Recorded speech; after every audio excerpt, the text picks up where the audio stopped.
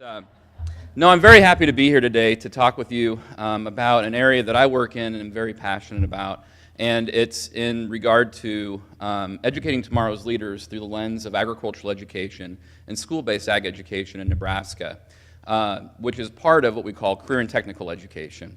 And so I always like to start with this big question of why do we think about agriculture as a medium through which to engage students? And we heard Jenny talk about it just a bit ago, but this whole world population thing. And I've heard a lot of industry leaders talk to young people about we're going to have 9.5 billion people on the face of the earth, and that's just like a number that's just hard for a lot of us to think about and conceptualize, but in particular young people. And so I like to share with people, like, where have we been over the course of recent history? And so looking at from year zero through year 1000, we really were well under that billion mark, in fact, under half a billion mark. And you look at the next 400 years, 600 years, and we're still well underneath that.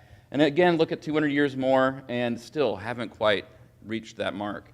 But this is why we need people in agriculture. And this is the challenge that we're facing, and we need to communicate to students. When we think about it, this is, from 1950 through 2050, and these are the numbers that a lot of people are referencing in terms of how it's growing, which is phenomenal growth. But we need people to be able to meet this challenge, and we need the best and brightest minds in order to do that. And so 9.6 billion people by 2050. I think you used 9.5, so we'll see who's right. All right, we'll check back later. But when it comes down to it, this is certainly a monumental challenge that we need young people to help us address. Students currently in high school will be at the peak of their career. They will be the decision makers by the time we hit this year. And so certainly young people in agriculture need to be engaged with these issues now. And so we need the best and the brightest minds, young minds in the science, business, and technology involved with agriculture. So what we're facing right now is a level of dissonance between two competing things that are kind of happening simultaneously. One of those things is this public perception of students feel lost. Students are majoring in areas where sometimes when they graduate they can't find a job, at least in their career field or area of interest. While simultaneously, at the same time, we're hearing this from industry. Based on a USDA research study, the agriculture industry is in a position where they are short of four-year college graduates going into agriculture by at least 39%. Thousands and thousands of young people each year they can't find because there are not enough people majoring in agricultural majors. So when we look at this, it's kind of a supply and a demand issue. So there's a supply of people that can't find jobs or have a difficult time finding their passion. But also then there's this demand from the industry in terms of we don't have enough people. And it doesn't make a whole lot of sense. And so that's where agricultural education and other organizations that work with young people in agriculture have a role to play.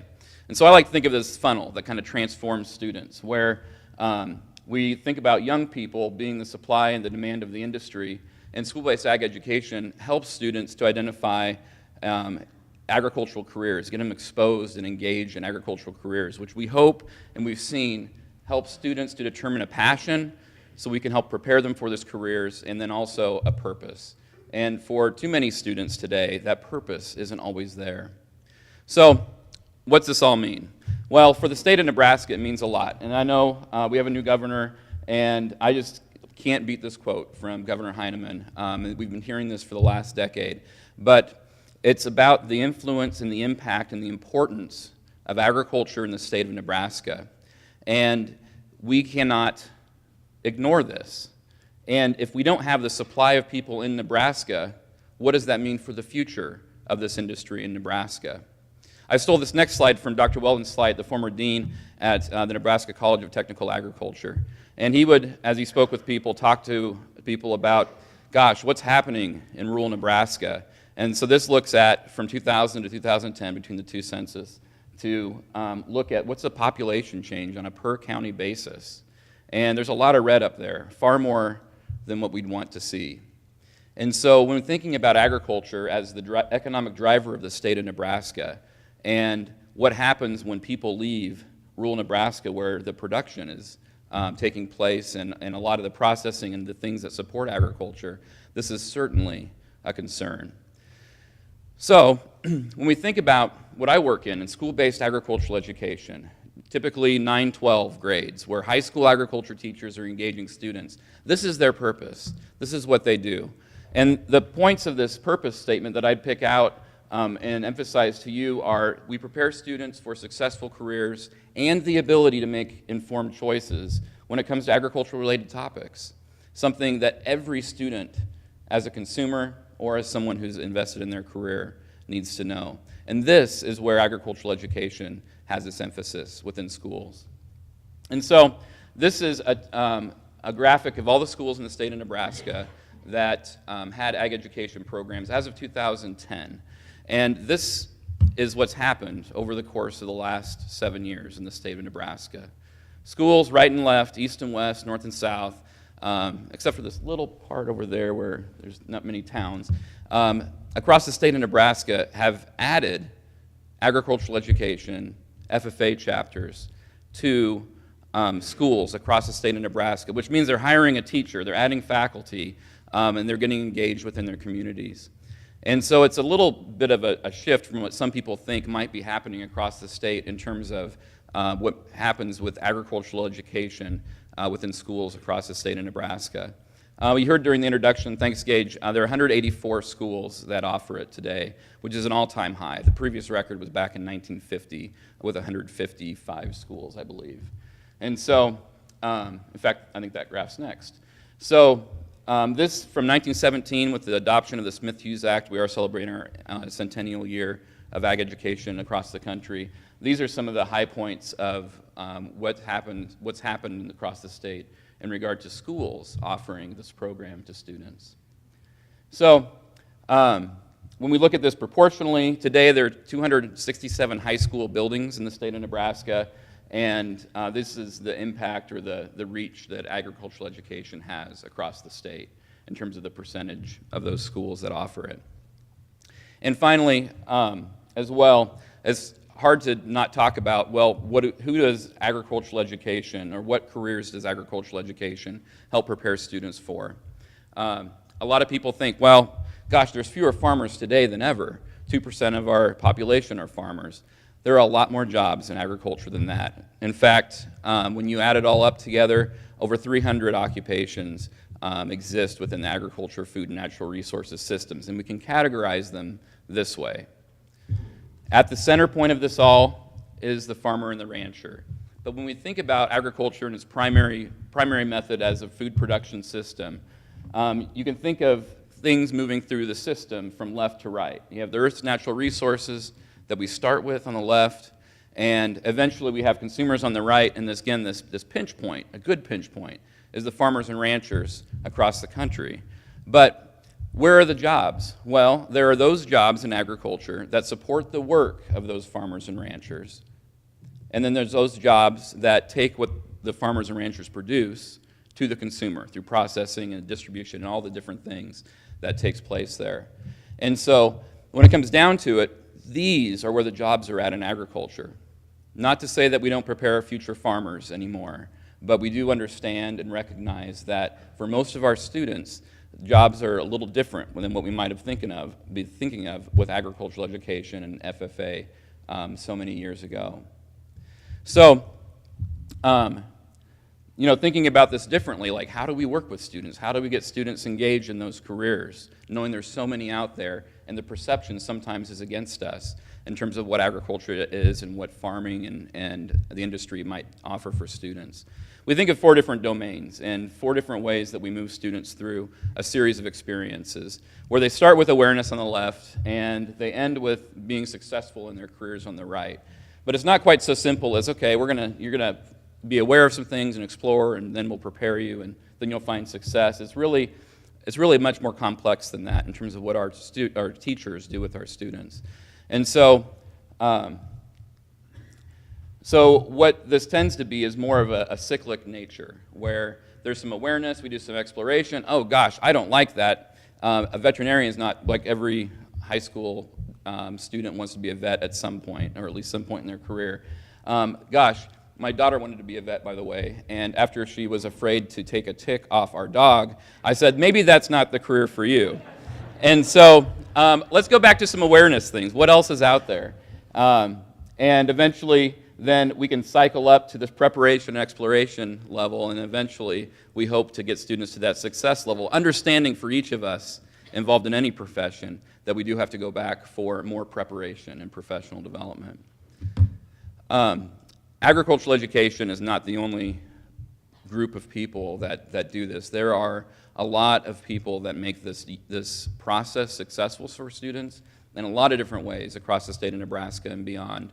And there are partners that work with students at different levels. And so it's important to understand that there are a lot of people that do the work of this.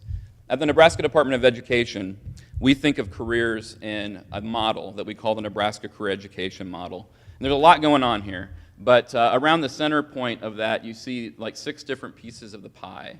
And agriculture, food, and natural resources is one of them. But as we think about career preparation for students across the state of Nebraska, this is the model that schools are using and that other organizations have adopted to help students think about what are my possibilities.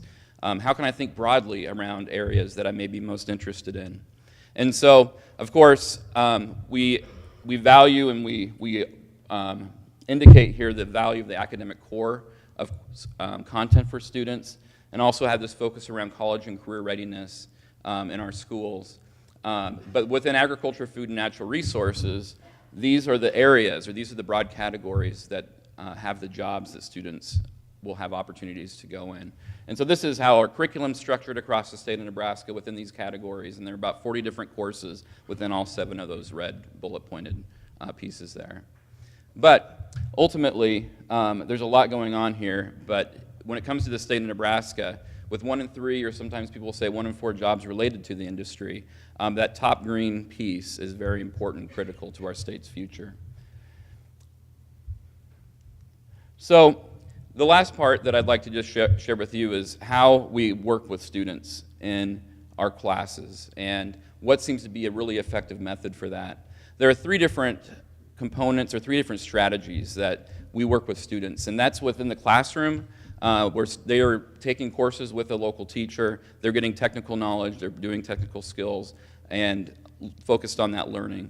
The second one is within what we call supervised agricultural experience, or those work-based learning projects that students tend to do. It could be an internship with an organization, it could be an entrepreneurship venture within livestock or crops or something else, research projects, but this is another strategy that each student has that's very individualized to them. And the final one is Blue Jackets and the FFA organization, which is a leadership development component of our program. It also provides the motivation for students through competitive events and recognition programs that we have across the state. When it comes down to it, though, these things overlap, and Venn diagrams, nothing that's radical. But when we address what students are thinking, and when we address what students are feeling, and through FFA and the leadership development part, and what they're doing through their SAEs, what our goal is for students is to really hit right in this target of a holistic career development for students that addresses all the effective domains and all of the aspects of a student, so they can find that purpose and develop that passion for a career in an industry that needs students. And so with that, I would just say that there are a lot of organizations that we work with, but when it comes down to it, it's the students that we're most concerned about. The teachers do it for the students as much as they do it for the industry. And on behalf of our department that helps prepare future teachers, Nebraska Department of Education, and all these organizations, I just want to say thank you very much for the investments you make in youth across the state of Nebraska and in helping them find their purpose. Thank you very much.